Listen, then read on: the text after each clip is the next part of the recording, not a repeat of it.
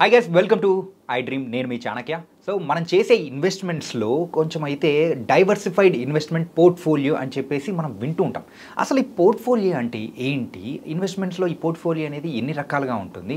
వీటిని ఎక్కడెక్కడ మనం ఇన్వెస్ట్ చేస్తే మన పోర్ట్ఫోలియోని పెంచుకోవచ్చు? ఇలాంటి వాటన్నిటి గురించి మనకు పిక్చర్ క్లారిటీ ఇవ్వడానికి ఇక్కడైతే మన దగ్గర ఫైనాన్షియల్ ప్లానర్ సుభాష్ బాబు గారు మనతో పాటు ఉన్నారు. మరి ఆయన్నే అడిగి తెలుసుకుందాం. Hi sir. హాయ్ అండి. నమస్తే. నమస్కారం. Welcome to iDream sir. Thank you sir. Subhash Babu గారు ఒక ఫైనాన్షియల్ ప్లానర్గా సో డైవర్సిఫైడ్ ఇన్వెస్ట్మెంట్ పోర్ట్ఫోలియో అంటుంటారు. ఓకే. యాక్చువల్గా ఈ పోర్ట్ఫోలియో అంటే ఏంటి సార్ అసలు? ఓకే, మీరు రెండు పదాలు చెప్పారు, ఒక diversified and portfolio. Yeah. Portfolio అంటే it's a combination of investments. That's a typical portfolio అంటూ ఉంటాం మనం బర్పాటి భాషలో కూడా. మనం డైవర్సిఫైడ్ అంటే రకరకాల ఇన్స్ట్రుమెంట్స్ పెట్టే అప్రోచ్ని డైవర్సిఫికేషన్ అంటాం మనం. అంటే కొన్ని ఇన్వెస్ట్మెంట్స్ కొన్ని రిస్క్స్ ఈజీగా బేర్ చేయగలవు. లైక్ బ్యాంక్ డిపాజిట్స్ ఉన్నాయి, అది స్టాక్ మార్కెట్ పడినా పెరిగినా ఏం చేసినా అది అలాగే స్టడీగా అలాగే ఉంటుంది. So it gives you lends you balance in your investment. FD return విషయం తర్వాత డిస్కస్ చేద్దాం మనం. అలాగే స్టాక్ మార్కెట్లో పెడితే మీకు రిటర్న్స్ కొంచెం ఎక్కువ వస్తాయి. Risk and reward are directly proportional. అంటే కొంచెం ఎక్కువ రిస్క్లో ఫీల్ అవుతాం, రిటర్న్స్ కూడా ఎక్కువ వస్తాయి దాంట్లో మనకి.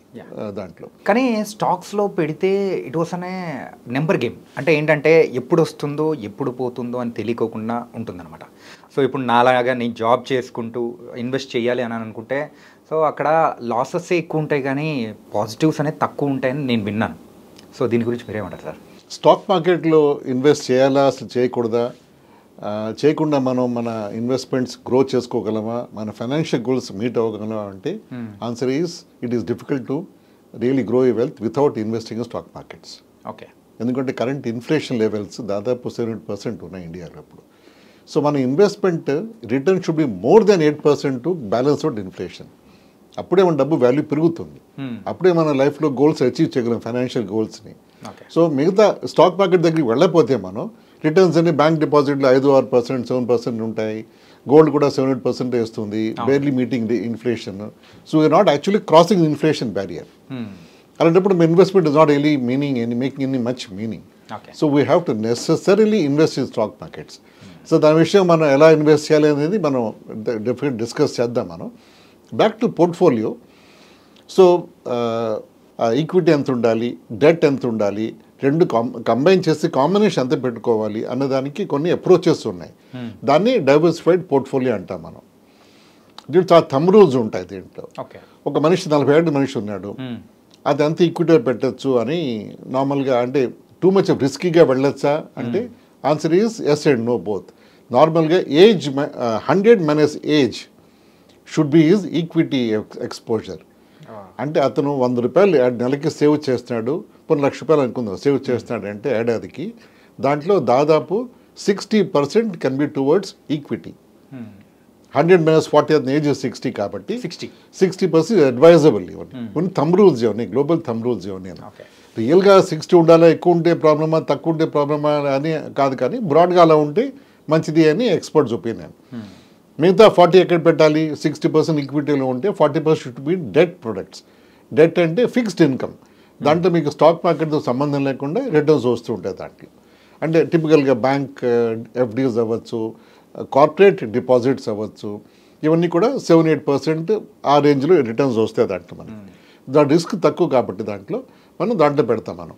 సో వెయిటెడ్ యావరేజ్ అంటాం. రిటర్న్ ఎంత వచ్చింది అంటే ఈక్విటీలో మేబీ 18% వచ్చింది, స్టాక్ మార్కెట్లో ఈ డెట్ ప్రొడక్ట్స్లో మేబీ 6-7% వచ్చిందంటే ఈ ప్రపోర్షన్కి 7-8%, దానికి 18% ఎక్కువ వస్తుంది. వెయిటెడ్ యావరేజ్ అప్రోచ్ ఉంటుందని తీస్తే కుడ్ బి అరౌండ్ 11-12% రిటర్న్ వచ్చి అనుకోవచ్చు పోర్ట్ఫోలియోలో. ఇది బ్రాడ్గా పోర్ట్ఫోలియో అంటాం. మనం తెలియకుండా చేస్తూనే ఉంటాం మన లైఫ్లో మనం. అంటే ఇలా సిస్టమేటిక్గా కూర్చొని మనం ఒక కంప్యూటర్ ముందు ఎక్సెల్ షీట్స్ వేసుకుని చేయకపోయినా కూడా మన ఇంట్లో వాళ్ళు గోల్డ్ కొంటారు, రియల్ ఎస్టేట్ ప్లాట్స్ కొంటారు, అన్నీ ఒక దగ్గర డబ్బు ఎందుకు పెట్టాలని వాళ్ళు అనుకుంటూ ఉంటారు. అంటే డిఫరెంట్ సెక్టర్స్లో కూడా ఇన్వెస్ట్, కరెక్ట్, డిఫరెంట్ పాకెట్స్ డబ్బు ఇన్వెస్ట్ చేస్తూ ఉంటారు. ఇవన్నీ పరిపాటిగా మనం చేసేవి ఇవన్నీ కూడా. దానికి ఒక స్ట్రక్చర్డ్ పేరు అంటే డైవర్సిఫైడ్ పోర్ట్ఫోలియో అనుకోవచ్చు దాన్ని. ఓకే. యా. సో ఇలా వేరు చోట్ల మనం ఇన్వెస్ట్ చేసేదాన్ని డైవర్సిఫైడ్ మరి ఇన్వెస్ట్మెంట్ పోర్ట్ఫోలియో అంటారు. కరెక్ట్. ఓకే. సో మెయిన్గా అయితే ప్రెసెంట్ ఇప్పుడున్న సిచ్యువేషన్స్లో ఇలా డైవర్సిఫైడ్గా మనం ఇన్వెస్ట్మెంట్ చేసుకుంటూ వెళ్తే సో వచ్చే రిటర్న్స్ అనేది కూడా సో అంటే ఒక్క దాని మీద ఫోకస్ చేయడం అనేది వేరుంటుంది, ఇలా ఇన్ని దానిల మీద ఫోకస్ చేయడం అనేది వేరుంటుంది. సో ఇలా ఎలా చేయాలంటారు? అంటే ఒక దాని మీద ఫోకస్ చేయాలా, లేకపోతే ఇలా డైవర్సిఫైడ్గా చేసుకుంటే బెటర్ అంటారా? డైవర్సిఫికేషన్ ఎప్పుడు better. Concentrated approach is always riskier. Okay. So అన్ని అప్రోచెస్లో మన లైఫ్లో చూస్తే అన్ని యాక్టివిటీస్లో డైవర్సిఫికేషన్ మనం తెలియకుండా మనం చేస్తూనే ఉంటాం. మనం ఇప్పుడు క్రికెట్ ఉందనుకోండి, టీంలో అగ్రెసివ్ ప్లేయర్స్ ఉంటారు, యావరేజ్ కన్జర్వేటివ్ ప్లేయర్స్ కూడా ఉంటారు. అంటే ఫ్రంట్ వెళ్ళే వాళ్ళు, ఓపెనింగ్ వాళ్ళు కొంచెం అగ్రెసివ్ ఆడతారు, మిడిల్ ఆర్డర్కు స్టడీగా చేయడం కోసం వాళ్ళు దే ఆల్సో ప్లేయర్స్ స్టడీగా ఉంటారు. అలాగే తెలియకుండా మనం ఆ కంబైన్ చేయడం అలవాటు అయిపోయింది మన లైఫ్లో మనకి. That's part of our thought process అది. సో కాన్సన్ట్రేటెడ్గా వెళ్ళడం ఎప్పుడు రిస్కీ అది. Okay. So always advice to go for diversified approach. Okay. అంటే డైవర్సిఫైడ్ ఇన్వెస్ట్మెంట్స్ చేయాలి అని అంటే what's the best age sir? Any age is good. As long as you're earning money, okay, it's good to start any time you're invested in. 25-year-old employee కొత్తగా చేరాడు ఐటీలో అట్లా చేరాడు అనుకోండి, he start investing right away. అతను equity exposure ఎక్కువ ఉంటుంది ఆబ్వియస్గా, బికాస్ 100-25-75% ఈక్విటీ కాబట్టి 75 కాదు, ఇంకో 90% ఈక్విటీలు కూడా పెట్టుకోవచ్చు. అతను 100% కూడా ఈక్విటీ పెట్టుకోవచ్చు. ఎందుకంటే equity gives you high returns. Okay. So 25 to 35 years 10 ఏళ్ళు అతను కానీ సీరియస్గా కాన్సన్ట్రేటెడ్గా ఈక్విటీలు కానీ అతను ఇన్వెస్ట్ చేసుకుంటూ వెళ్తే మధ్య మధ్యలో అప్పుడప్పుడు ఈ కెన్ యాడ్ డెట్ కాంపనెంట్, మధ్యలో డెట్ వచ్చేస్తుంది ఆటోమేటిక్గా. ఎందుకంటే పిఎఫ్లు, పీపీఎఫ్లు అన్నీ కూడా డెట్ బేస్డ్ ప్రొడక్ట్సే, అన్ని ఫిక్స్డ్ ఇన్కమ్ ప్రొడక్ట్స్ అవి. అవన్నీ మన లైఫ్లో చుట్టూ ఉంటాయి ఎప్పుడు. అవి ఆఫీస్ వాళ్ళు చెప్పడం, పిఎఫ్ ఇన్వెస్ట్మెంట్స్ అవుతూ ఉంటాయి, లేకపోతే పోస్ట్ ఆఫీస్లో ఎన్ఎస్సీలు కొంటూ ఉంటారు, ఇవన్నీ పరిపటిగా జరిగేవి. అవన్నీ డెట్ ప్రొడక్ట్స్ అవన్నీ కూడా మనకి. సో ఈక్విటీ పార్ట్ మెజారిటీ ఎక్కువ ఉండాలి ఎర్లీ ఏజెస్లో. లేటర్ ఏజెస్లో ఈక్విటీ పార్ట్ తక్కువ ఉండాలి. ఓకే. ఎందుకంటే లేటర్ ఏజెస్లో రిస్క్ తీసుకోవడానికి ఉండదు ఆ వ్యక్తికి. అది రిటైర్ అయిపోయి ఉన్న వ్యక్తికి ఈ స్టాక్ మార్కెట్, షేర్ మార్కెట్లో డిపెండ్ అయిన రిటర్న్స్ కుడ్ బి రిస్కీ. వాళ్ళు రిస్క్ అలవాటు లేకపోతే. సో అందుకని we suggest them to go for more of debt products for retired people. Okay.